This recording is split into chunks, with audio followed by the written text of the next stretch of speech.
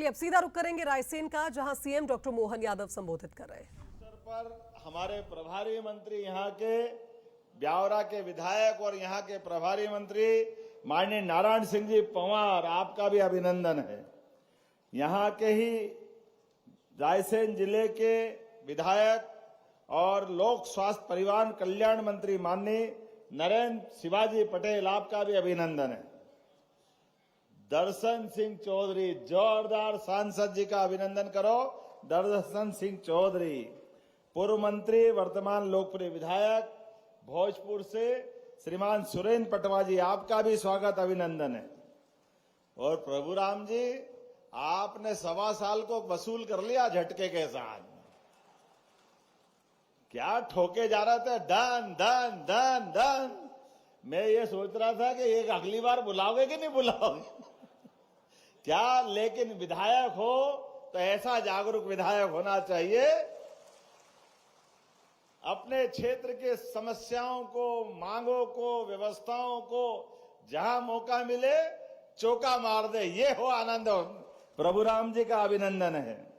आज यहां माननीय जिला पंचायत अध्यक्ष यशवंत सिंह बबलू भैया, माननीय पूर्व मंत्री श्रीमान रामपाल सिंह जी, माननीय जिला अध्यक्ष राकेश शर्मा जी, माननीय नगरपालिका अध्यक्ष श्रीमती सविता जमुना सेन जी, हमारे भारत सरकार के सचिव मनोज जोशी जी, कुणाल जी, हमारे पोरवाल जी, प्रमुख सचिव राजस्व, और इस अवसर पर मौजूद इतनी बड़ी संख्या में रायसेन में सभी भाइयों बहनों, सबको प्रणाम करता हूं, अभिनंदन करता हूं आपका।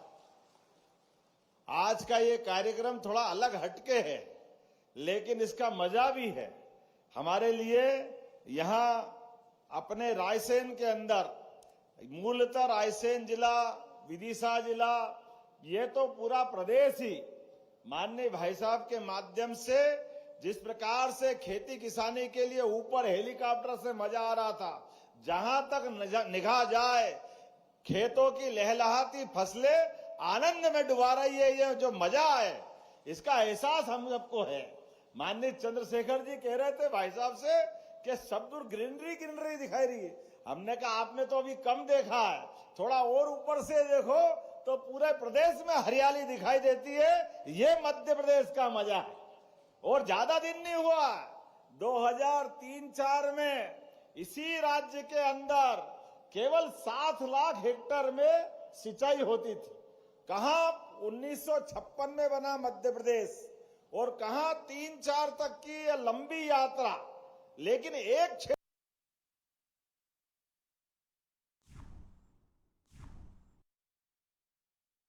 क्षेत्र में नहीं, सारे क्षेत्रों में मध्य प्रदेश का 2-1 साल पटवाजी का विकास का मामला छोड़ दो, या हमारे अपने जनता पार्टी का पूरा समय कांग्रेस के हाथों में था, लेकिन पूरा प्रदेश गरीबी में नंबर 1, सिंचाई अभाव में नंबर 1, अव्यवस्था में नंबर 1, बिजली नहीं मिले नंबर 1, लगातार प्रदेश अंधेरे अंधेरे में था। ये भारतीय जनता पार्टी की सरकारें हैं जिनके माध्यम से अब ये 15 साल 20 साल में जो सरकारें चली, और माननीय भाई साहब का सबसे अच्छा समय रहा जब बिजली में सरप्लस है। हमारे लिए सौभाग्य की बात है।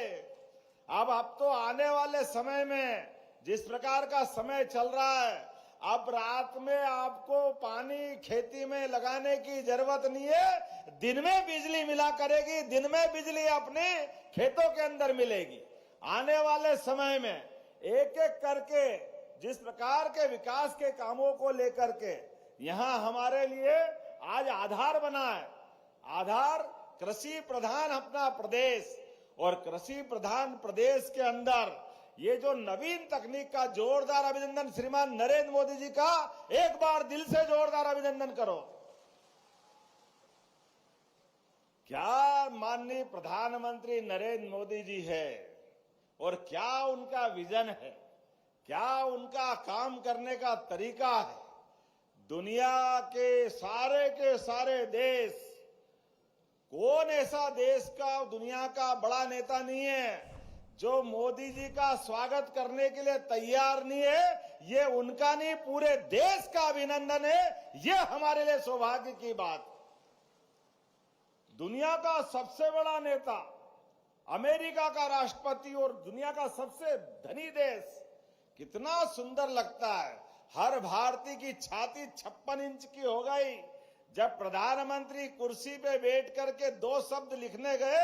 अमेरिका का राष्ट्रपति कुर्सी सरका के मोदी जी के लिए सम्मान दे रहा। ये आनंद की चीज, हमें कितना आनंद आया। ये है वो दिन जिसके लिए माननीय मोदी जी ने भारत का जिस प्रकार का समय चल रहा है, ये स्वामी विवेकानंद की उस भविष्यवाणी को सार्थक कर रहा है। हमारे लिए सौभाग्य की बात है। कहां 10-20 साल पहले हमारे मौन प्रधानमंत्री जाते थे तो मिलने का समय नहीं देता था अमेरिका। प्रधानमंत्री 1 दिन, 2 दिन, 3 दिन अमेरिका में डले रहते थे, लेकिन अमेरिका का राष्ट्रपति कार्यालय से मिलने के लिए समय देने में 10 बार विचार करता था।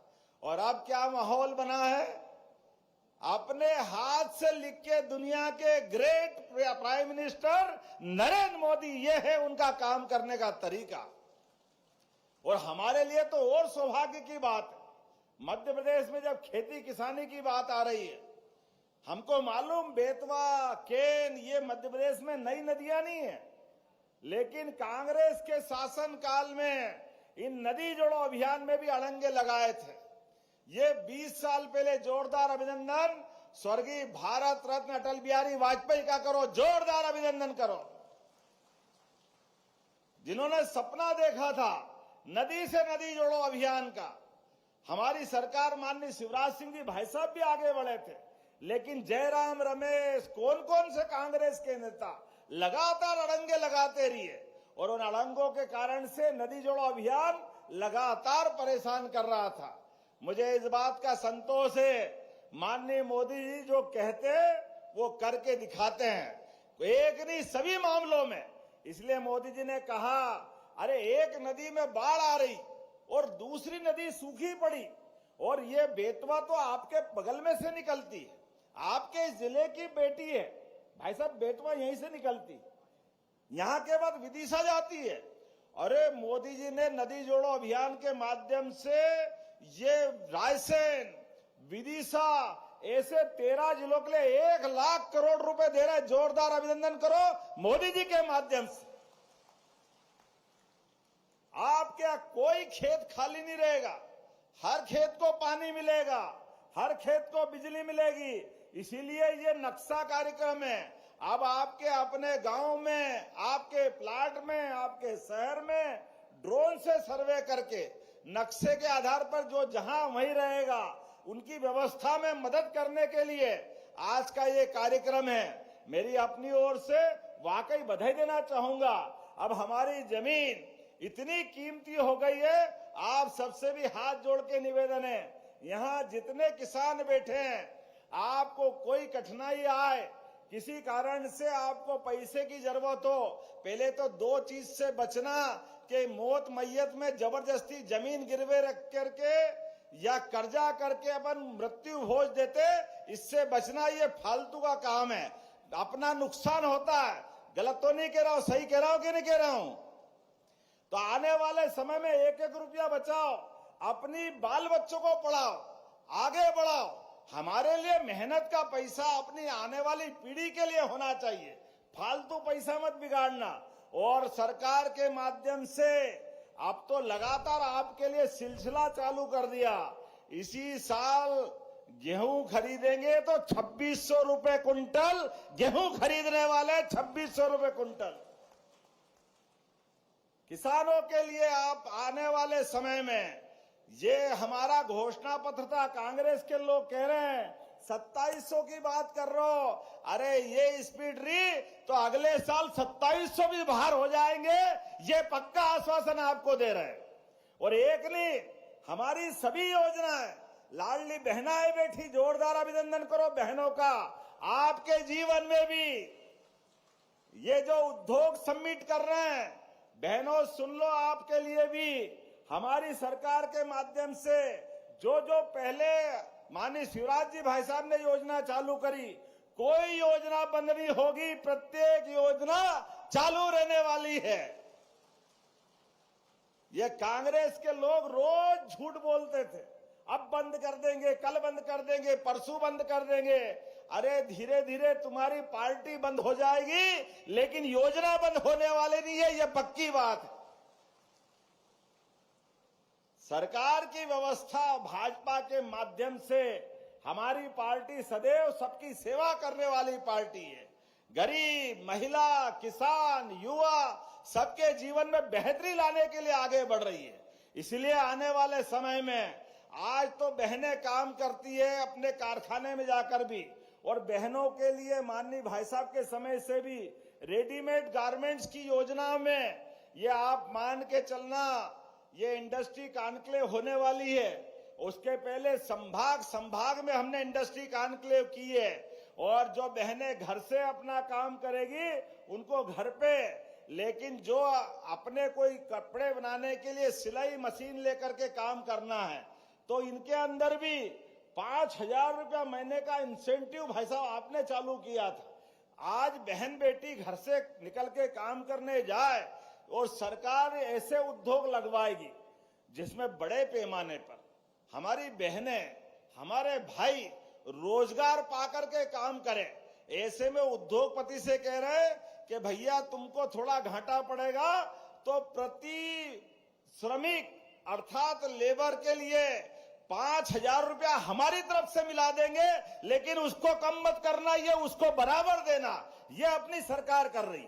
आप अंदाज लगा लो, 12,000 रुपया महीना मान लो उद्योगपति देगा, तो आप में से भी जो भी यहाँ बैठा नया उद्योग डालना चाहे रोजगार आधारित, तो हमारी सरकार अपने 4,000, 3,000, 5,000 का कारखाना खोलोगे तो 5,000 रुपया महीना सरकार की ओर से काम करने वालों को मिलेंगे। ये हमारी सरकार का निर्णय है।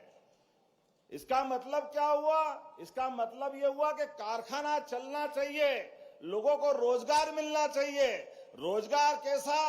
अपने कभी अंदाज लगा लो, पूरे देश में सबसे ज्यादा कपास उत्पादन कहां होता है? मध्य प्रदेश में।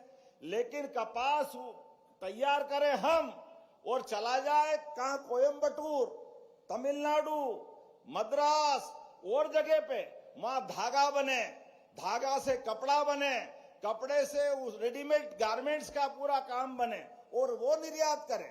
अरे भैया ये क्या बात हुई? हमारा धागा यहीं बनना चाहिए, कपड़ा यहीं बनना चाहिए, यहीं के लोगों को रोजगार मिलना चाहिए। मिलना चाहिए कि नहीं मिलना चाहिए? आप बताओ। ये हमारी सरकार कर रही है। ये सारे बेरोजगारों को काम दिलाने का, सारे गरीबों की जिंदगी में बेहतरी लाने का, एक के बाद एक नए नए काम करते हुए। इसलिए अपने यहाँ लगभग 1.5 करोड़ युवा है और 1.5 करोड़ लोगों की बेहतरी के लिए हमने अपना ये औद्योगिक जाल बिछाने का निर्णय किया है। खेती की आमदनी भी होना चाहिए। एक घर में 2 आदमी 3 आदमी बच्चे तैयार हो गए तो खेती भी अच्छी हो और उसके हाथ में उद्योग धंधे में जाने का रास्ता भी मिले, इसके माध्यम से उसकी जिंदगी अच्छी हो। इसीलिए उद्योग लगा रहे हैं। लेकिन उद्योग लगाते लगाते और खेती करते करते एक और रास्ता है, और वो रास्ता है दूध उत्पादन का। दूध उत्पादन होना चाहिए कि नहीं होना चाहिए? आप बताओ किन किन के घर में गाय है? जरा हाथ खड़े होकर, गाय भैंस जिन जिन के घर में है। और जिनके नहीं है तो आप भी अपना मन बना लेना। गया जमाना के गाय मारी मारी फिरती थी। अपनी सरकार के माध्यम से अब 10 से जो ज्यादा गाय पालेगा उसको भी अनुदान सरकार की तरफ से देने की घोषणा कर रहे हैं। अरे जिनके घर गाय वो गोपाल, और जिनके घर में गाय का कुल वो घर घर गोकुल। तो हमारे घर में गोकुल होना चाहिए कि नहीं होना चाहिए? बोले गोपाल कृष्ण भगवान की। सरकार के माध्यम से गाय माता के अंदर तो 33 करोड़ देवी देवताओं का वास होता है। गाय से हमारी संस्कृति है और हमने अपनी माँ का दूध पी करके बड़े हुए, लेकिन हम तो अपने को धन्य मानते हैं। हिंदू संस्कृति में सभी पशुओं में एकमात्र गौ माता है जो अपने बच्चों को भी दूध पिलाती है और हमको भी दूध देती है। ये और कोई नहीं देता, केवल गौ माता देती है। ऐसे में गौ माता की जिंदगी बचाने के लिए सभी नगर निगम में आपके खेतों में अगर नुकसान होता है, अगर कोई गौ माता आवारा आपकी निगाह में है, लावारिस है, अपाहिज है, तो सभी नगर निगम भोपाल, इंदौर, ग्वालियर, जबलपुर, यहां तक कि रायसेन में भी गौशाला बना करके उन गाय को पालने की जवाबदारी सरकार लेने वाली है। आपके साथ खड़ी सरकार है। कोई गौ माता को आवारिस या लावारिस नहीं होने देंगे, लेकिन केवल गौशाला में नहीं पालेंगे, घर घर भी गाय माता पालना है। इसलिए केवल गाय माता नहीं, अपना सौभाग्य मध्य प्रदेश तो और भाग्यशाली है। जहां भगवान राम ने अयोध्या छोड़ी तो 14 साल में 11 साल हमारे अपने चित्रकूट में रहे, तो चित्रकूट के धाम को भी जगमगाएंगे। बोला जय जय श्री राम। जब अयोध्या में भगवान राम मुस्कुरा रहे हैं तो चित्रकूट में आनंद आना चाहिए कि नहीं आना चाहिए? और जब वहां आनंद भगवान राम का आएगा तो गोपाल कृष्ण कैसे पीछे रहेंगे?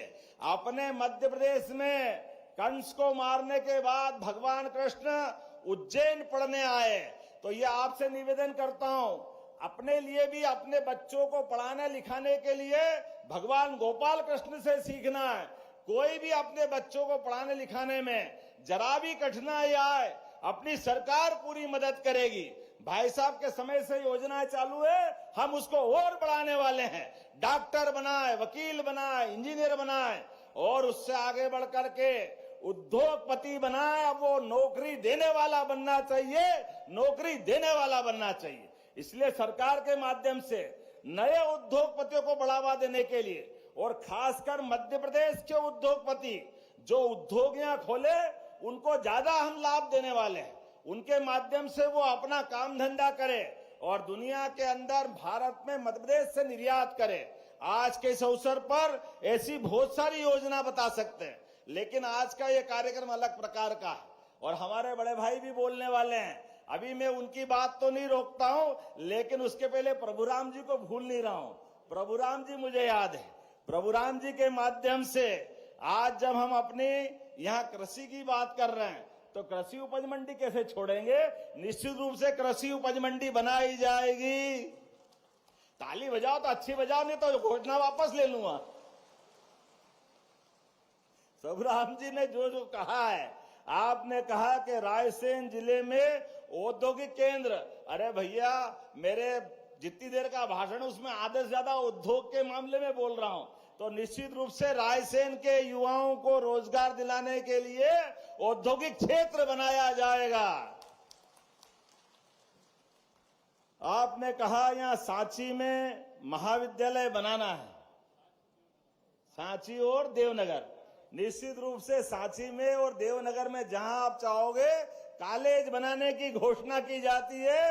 अपने बच्चे पढ़े लिखे, कॉलेज खुलेगा तो लाभ ही मिलना है। और बात तो बहुत सारी कर दी आपने, लेकिन आने वाले समय में हमने कहा कि केवल भगवान कृष्ण के तीर्थ नहीं बनेंगे, भगवान कृष्ण के माध्यम से हमारे अपने आप बताइए, भगवान कृष्ण अगर माथे पे मोर मुकुट लगाते हैं तो मोर मुकुट क्यों लगाते हैं? मोर मुकुट के माध्यम से वो गांव की संस्कृति को भूलते नहीं है, गांव के लोगों का सम्मान नहीं भूलते। ये गोपाल कृष्ण ने हमको सिखाया है। और विद्या में विद्या जो उनने सीखी, 64 कला, 14 विद्या, 4 वेद, 18 पुराण, सारे उपनिषद, विद्या वो जो कठिन समय में याद आए। तो भगवान ने महाभारत के इस युद्ध में अपने गीता के माध्यम से जो संदेश दिया है, वाकई शिक्षा का वो संदेश दुनिया में फैलना चाहिए। मोदी जी के लिए एक बार फिर जोरदार ताली बजाओ। इस कारण से भी अब हमारे यहाँ कोई विदेश का व्यक्ति आता है तो विदेश के व्यक्ति को अब अपने यहाँ से माननीय मोदी जी देने में पवित्र गीता की प्रति भेंट करते। ये है हमारा सौभाग्य। ऐसी गीता माता के आधार पर हमारी सनातन संस्कृति को हम जानते हैं। इसलिए हमने कहा हमारी विचारधारा सर्वे भवन्तु सुखिना सर्वे सन्तु निरामया। किसी के लिए भी हमारे मन में कोई गलत भाव नहीं है। हम तो प्राणी मात्र में सद्भावना देखने वाले लोग हैं और विश्व के कल्याण की बात करने वाले लोग हैं। ऐसे में हमारे मन में रोम रोम में राम समाये हुए हैं, रोम रोम में भगवान कृष्ण समाये हुए हैं। इसलिए भगवान राम के जीवन की गाथाएं, भगवान कृष्ण की कहानियां अपने अपने स्थान पर सांस्कृतिक भवन बना करके वहां विचार विमर्श के लिए, और कोई दायरा नहीं है कि केवल हमारे धर्म की बात करेंगे, सभी धर्मों की बात करेंगे, लेकिन स्थान स्थान नगर नगर पर गीता भवन बनाने वाले हैं। गीता भवन ये हमारी सरकार का निर्णय है। अब गीता भवन बनाएंगे तो भागवत जी कराना हो, सप्ताह जी कराना हो, रामायण कराना हो, तो हमारे गीता भवन काम आएंगे। और बच्चों को अलग से कोई आयोजन करना हो, कहीं कोई लाइब्रेरी चलाना हो, ये गीता भवन में सारी व्यवस्था की जाएगी। और सरकार पर्याप्त धनराशि देकर के, मुझे बताया आपने अपना सामुदायिक भवन मांगा है, क्या मांगा? सभागार। तो गीता भवन के माध्यम से रायसेन में बड़ा गीता भवन बना जाएगा, जिसमें ये सारी बातें जोड़ेंगे। और केवल रायसेन में नहीं, नगरीय निकाय जहां जहां भी है, सांची में और जो जो स्थान है वहां सब दूर उनकी साइज के हिसाब से, जो बड़ा नगर है वहां बड़ा बनेगा, जो छोटा स्थान है वहां छोटा बनेगा, लेकिन सब दूर बनाने वाले हैं। आज के इस अवसर पर मुझे बताया गया है, आप कह रहे थे अभी परिसीमन का झगड़ा पड़ा है, सांची को कोई कहीं नहीं ले जा सकता, आप जहां चाहोगे वहीं रहेगा, कोई कंफ्यूजन मत पालना। परिसीमन के माध्यम से व्यवस्थाओं में सहयोग करने की बात कही है, जो सब मांगे वो कर दो, जबरदस्ती नहीं करना है। विकास के मामले में सबकी सहमति चलना चाहिए, कोई झूठी बात कर दे ऐसी बात को मत मानना। लेकिन आप तो मेरे सबसे खास दोस्त हो, आप अभी कह रहे हो कि रायसेन का किला आपसे ज्यादा मुझे अच्छा लगता है। क्या रायसेन का किला है? क्या इसका गौरवशाली अतीत है? बहुत सारी बातें मैंने कलेक्टर से कहा है, आप प्रस्ताव बनाओ रायसेन के किले के लेकर के, आप जो जो चाहोगे वो सब करने को तैयार रहेंगे। निश्चित रूप से ये बहुत अच्छी बात। अब बोलने के लिए तो बहुत सारी बात है, लेकिन समय की सीमा है। क्या? तो 5 साल की सरकार है, अभी 1 ही साल हुआ है। अरे तो मेरी बात तो सुनो, अभी तो तुम भी मिलोगे, मैं भी मिलूंगा, अगली बार भी बुलाओगे कि नहीं बुलाओगे? तो जोरदार ताली बजाओ, जो जो आप चाहोगे सब करेंगे, आप चिंता मत करो। मेरी अपनी ओर से आज के इस अच्छे कार्यक्रम की बधाई, बहुत बहुत धन्यवाद। भारत माता की जय। बहुत बहुत धन्यवाद माननीय मुख्यमंत्री जी, और निश्चित ही आपके नेतृत्व में मध्य प्रदेश नए कीर्तिमान रचेगा।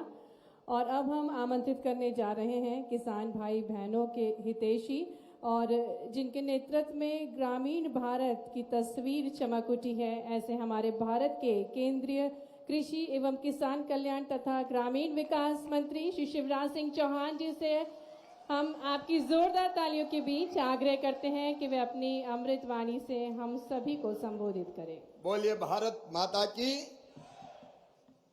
अब रायसेन की ताली की बात डॉक्टर प्रोग्राम कर रहे थे, ये जय ऐसी थोड़ी बोलते हैं रायसेन जिले वाले। एक बार मुख्यमंत्री जी पहली बार आए, जोर से जय घोष करो, बोलिए भारत माता की।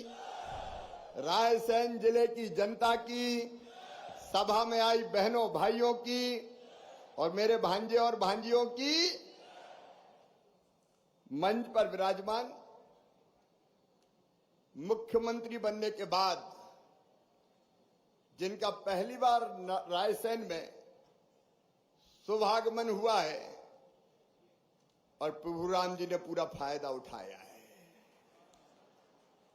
हमारे यशस्वी और कर्मठ मुख्यमंत्री और बहनों, अभी उन्होंने घोषणा किया कांग्रेस के लोग सुर्री छोड़ते हैं, ये योजना बंद कर देंगे, लाडली बहना बंद कर देंगे। लाडली बहना बंद नहीं होगी, लगातार चलती रहेगी। आज अनेकों सौगातें जिन्होंने रायसेन जिले को दी, ऐसे हमारे कर्मठ गतिशील और यशस्वी मुख्यमंत्री डॉक्टर मोहन यादव जी पहली बार रायसेन आए, तो दोनों हाथ ऊपर उठा के ताली बजा के स्वागत कीजिए, अभिनंदन कीजिए। और मेरा पूरा विश्वास है कि उनके नेतृत्व में मध्य प्रदेश प्रधानमंत्री जी के आशीर्वाद से नई ऊंचाइयां छुएगा। मैं आपका मोहन जी मेरे क्षेत्र में, क्योंकि नक्शा कार्यक्रम तो है ही, ये क्षेत्र भी चूंकि मेरा संसदीय क्षेत्र है, मैं आपका हृदय से स्वागत करता हूं, अभिनंदन करता हूं। और अभी जो बड़े जोर से बोले थे ना मोहन जी के पहले, ये डॉक्टर चंद्रशेखर पेमा स्वामी जी है, और ये अमेरिका में थे पहले, लेकिन जनता की सेवा करने फिर वापस लौटे और आंध्र प्रदेश से चुनाव लड़े। हिंदी बिल्कुल नहीं आती थी उनको, बिल्कुल, लेकिन आज मैं आश्चर्यचकित था, क्या फर्राटेदार हिंदी बोल रहे थे। ऐसे हमारे राज्य मंत्री आदरणीय डॉक्टर चंद्रशेखर पेमा स्वामी जी, उनका भी तालियां बजा के स्वागत कीजिए, अभिनंदन कीजिए। हमारे प्रभारी मंत्री आदरणीय श्रीमान नारायण सिंह पवार जी, हमारे लोक स्वास्थ्य राज्य और परिवार कल्याण राज्य मंत्री भाई नरेंद्र शिवाजी पटेल जी, नर्मदापुरम के यशस्वी सांसद भाई दर्शन सिंह चौधरी जी, हमारे भोजपुर के लोकप्रिय विधायक भाई सुरेंद्र पटवा जी, हमारे सांची के विधायक जिन्होंने पूरा पूरा लाभ उठाया। कार्यक्रम तो नक्शा का था, लेकिन विकास का नक्शा खींच दिया उन्होंने यहाँ पे। डॉक्टर प्रभुराम चौधरी जी, हमारे वरिष्ठतम नेता और कई मामलों में मार्गदर्शक आदरणीय डॉक्टर रामपाल सिंह जी, हमारे जिला पंचायत के अध्यक्ष आदरणीय बबलू भैया, जिला अध्यक्ष हमारे युवा भाई राकेश शर्मा जी, बहन सविता जमुना सेन जी, मनोज जोशी मेरे विभाग के सचिव, कुणाल सत्यार्थी जी, मंचासीन सभी वरिष्ठ नेता साथी पदाधिकारीगण, मेरी बहनों, मेरे भाइयों और बेटा बेटियों, दोनों हाथ जोड़ के आप सबको शीश झुका के प्रणाम करता हूं, आप सबको नमस्कार करता हूं। ये जो आज का कार्यक्रम है, ये केवल सांची का कार्यक्रम नहीं है, ये केवल रायसेन का कार्यक्रम नहीं है, ये मध्य प्रदेश का कार्यक्रम भी नहीं है, ये पूरे हिंदुस्तान में नक्शा कार्यक्रम आज लॉन्च किया जा रहा है पूरे भारत में। और आज 23 राज्य और 3 केंद्र शासित प्रदेश इस कार्यक्रम से जुड़े हुए हैं। लेकिन मेरी दिल से इच्छा थी कि यह कार्यक्रम मैं रायसेन से प्रारंभ करूं, और मुख्यमंत्री स्वयं इस कार्यक्रम में आए, ये दिल से इच्छा थी। और इसलिए हमने तय किया जब भी होगा ये मुख्यमंत्री की उपस्थिति में रायसेन में ही कार्यक्रम किया जाएगा। और आज कार्यक्रम संपन्न हो रहा है पूरे देश के लिए। डॉक्टर साहब, देश को बड़ी सौगात मिल रही है, लेकिन आप भी बड़े कलाकार हैं। और मैं कह रहा हूं अपने मुख्यमंत्री जी से, जो जो मांग डॉक्टर प्रभुराम जी ने की है, उन मांग के साथ हम भी खड़े हैं, अपने आप को उससे प्रतिबद्ध करते हैं। और आपको मन के भी मोहन है, सब दे दें, कई दे दिए और बाकी भी हो जाएगी, चिंता मत करो। मेडिकल कॉलेज भी रायसेन में बनेगा, क्योंकि भूमि पूजन हुआ है, और उस बात को भी डॉक्टर मोहन यादव पूरी ताकत से आगे बढ़ाने का काम करेंगे। मेरा पूरा विश्वास है जिस गति से काम कर रहे हैं। लेकिन ये नक्शा कार्यक्रम क्या है? नक्शा कार्यक्रम का मतलब है आपका घर का परफेक्ट नक्शा, चाहे छोटा घर हो चाहे बड़ा घर हो। देखो, ये प्रधानमंत्री नरेंद्र मोदी जी का विजनरी लीडर है। नरेंद्र मोदी भारत को भगवान का वरदान है, वरदान। भाग्य से ऐसे प्रधानमंत्री मिलते हैं। इन चीजों की तरफ दुनिया में कभी, भारत में कभी कांग्रेस की सरकार ने सोचा ही नहीं। हमारे पास गांव की अपनी जमीन का, खेत का नक्शा ढंग का नहीं है। हमारे पास शहर में घर है, लेकिन उसका ढंग से नक्शा नहीं है।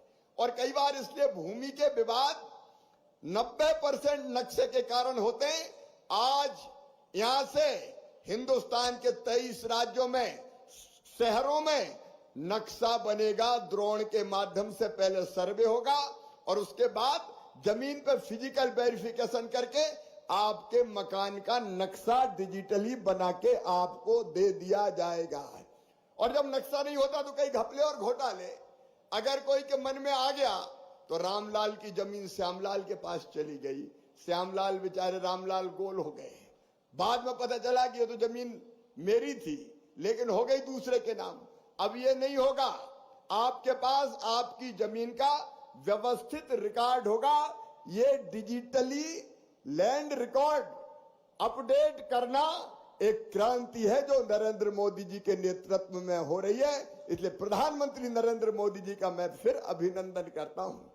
इस नक्शे के कार्यक्रम के साथ साथ उसके अलावा आपने वीडियो फिल्म में देखे, मैं उस पर विस्तार से आपके सामने विषय को नहीं रख रहा, लेकिन दूसरा कार्यक्रम और जो पूरे मध्य प्रदेश में आज लॉन्च कर रहे हैं, आप बताओ मेरे बहनों और भाइयों, बिना पानी के हमारा काम चल सकता है क्या? ऐसे मरी आवाज में नहीं चल सकता है क्या? जल जीवन का आधार है और जल और जमीन से ही हमारी जिंदगी है। लेकिन हम देख रहे हैं लगातार पानी जमीन में नीचे जाता जा रहा है। वो कुएं जो कभी 50 फीट पे, 30 फीट पे, 20 फीट पे पानी रहता था, आज 100 फीट नहीं, कई जगह 400 फीट पानी नीचे चला गया है। बताओ ये पानी रोकना चाहिए कि नहीं रोकना चाहिए? जोर से बताओ, रोकना चाहिए कि नहीं? और ये पानी रोकने के लिए गांव का पानी गांव में, खेत का पानी खेत में, ये रोकने के लिए वाटर सेट की योजना बनाइए। जल लाए धन धान्य, और इसलिए चेक डैम, स्टॉप डैम, बोरी बंधान, पर्कुलेशन टैंक, कई जल संरचनाएं बनेगी जिसके लिए 8,000 करोड़ रुपए से ज्यादा का प्रावधान किया गया है। और जो परियोजना, जो पंचायत अच्छा काम करेगी, 20 लाख रुपए उसको अतिरिक्त परियोजना को इन कामों के लिए दिया जाएगा। ये प्रधानमंत्री जी का विजन है। लेकिन ये काम केवल सरकार नहीं कर सकती, सरकार के साथ समाज को खड़ा होना पड़ेगा। रहीमन पानी राखिए, बिन पानी सब सून। अगर पानी नहीं बचाया तो कल हम तबाह और बर्बाद हो जाएंगे। आने वाली पीढ़ियों का भविष्य कैसे बेहतर हो पाएगा? इसलिए पानी बचाना जरूरी है। इसलिए मैं आप सबसे आह्वान करता हूं कि वाटर शेड यात्रा में आप सब जुड़े और जुड़ के इस वाटर शेड के कार्यक्रम को सफल बनाएं। सरकार का पैसा भी आएगा, लेकिन हम अपने गांव के पानी को बचाने के लिए हम भी तो कुछ करें मेरे बहनों और भाइयों, तब ये पानी बचेगा। इसलिए वाटर शेड का जो यात्रा है आज पूरे मध्य प्रदेश में यहां से प्रारंभ हो रही है। लेकिन केवल वाटर शेड यात्रा नहीं, पानी तो बचेगा ही। किसान भाइयों, प्रधानमंत्री जी का अभिनंदन मैं फिर करना चाहता हूं। डॉक्टर मोहन यादव जी का भी अभिनंदन करता हूं। कैन और बेतवा, अब दोनों नदी जुड़ेगी और कैन जिसका ज्यादा पानी है बेतवा में आएगा और रायसेन जिले की जमीन में भी सिंचाई करेगा। भारत माता की एक ही बात, मुख्यमंत्री जी यहां बैठे हुए, कैन और बेतवा से रायसेन और विदिशा का बड़ा इलाका सिंचित होगा। वाटर सेट के माध्यम से भी हम कई जल संरचनाएं बनाएंगे। लेकिन एक आग्रह जो डॉक्टर प्रभुराम जी ने भी प्रकारांतर से किया, इसके बाद भी अगर कोई जमीन का टुकड़ा कहीं किसी तहसील में सूखा रह जाए तो छोटे और बड़े बांध बना के रायसेन जिले की 1-1 इंच जमीन में सिंचाई की व्यवस्था कर दें। कई जल संरचनाएं बनी है, कई और बनाने की जरूरत है। और मुझे बताओ, बनना चाहिए कि नहीं बनना चाहिए? और मुझे पूरा विश्वास है कि मोहन जी के नेतृत्व में जो बचा हुआ काम है निश्चित तौर पर पूरा होगा। आज मेरी लाडली बहनें भी यहां बैठी हुई है। अब मुख्यमंत्री जी ने कह दिया है मध्य प्रदेश में तो बंद होगी नहीं, लेकिन देश में तो हर जगह अलग अलग नाम से लाडली बहना बन रही है। हर राज्य में अब लाडली बहना जैसी स्कीम बन रही है। लेकिन केवल लाडली बहना नहीं रहना है, अब हमारा संकल्प है लाडली बहना से लखपति बहना बनाना है। लखपति बहना, मेरी बहनों, ये बहनें इसलिए नहीं है कि गरीबी में आंसू बहाएं, मजबूर रहें, हाथ फैलाएं, 1000-2000 रुपए के लिए परेशान रहें। लाडली बहना ने वो कभी तो पूरी कर दी, लेकिन अब हमारा संकल्प है प्रधानमंत्री जी के आशीर्वाद से, उनके मार्गदर्शन में, क्या हर एक बहन को लखपति दीदी बनाएंगे। लखपति दीदी, बताओ बहनों, लखपति बनना है कि नहीं? बहनों की तरफ से आवाज आनी चाहिए, बनना है कि नहीं? बनना है। और ये मैं मजाक नहीं कर रहा। क्यों हम गरीब रहेंगे? नहीं रहेंगे गरीब। नहीं बहाएंगे आंसू, हम भी काम करेंगे, आगे बढ़ेंगे। और प्रधानमंत्री जी का संकल्प है 3 करोड़ लखपति दीदी बनाने का। और मेरी बहनों, लखपति दीदी बनाने का काम भी प्रधानमंत्री जी ने मुझे ही सौंपा है, वो विभाग भी मेरे ही पास है। और हम पूरे देश में अभियान चला रहे हैं, कोई बहन गरीब ना रहे, लखपति दीदी। और अब एक नया कॉन्सेप्ट आया, मिलेनियम दीदी, मतलब केवल 1 लाख तक आमदनी नहीं, क्यों 10 लाख रुपया आमदनी ना हो। और इसलिए आजीविका मिशन के माध्यम से मेरी बहनों कई गतिविधियां और प्रारंभ होने वाली है। हमारा संकल्प पूरा होगा, बहनों की गरीबी करके, बहनों की गरीबी दूर करके उस अभियान में भी हम लगे हुए हैं।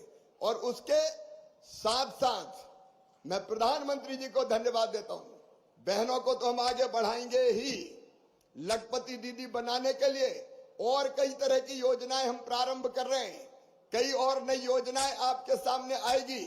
लेकिन गरीबी पूरी तरह से दूर करना है तो कुछ काम और करने, जैसे जिन गरीबों के पास पक्का मकान ना हो, उनका पक्का मकान बनना चाहिए कि नहीं बनना चाहिए? तो मरी मरी आवाज में मत बोलो, बताओ बनना चाहिए कि नहीं?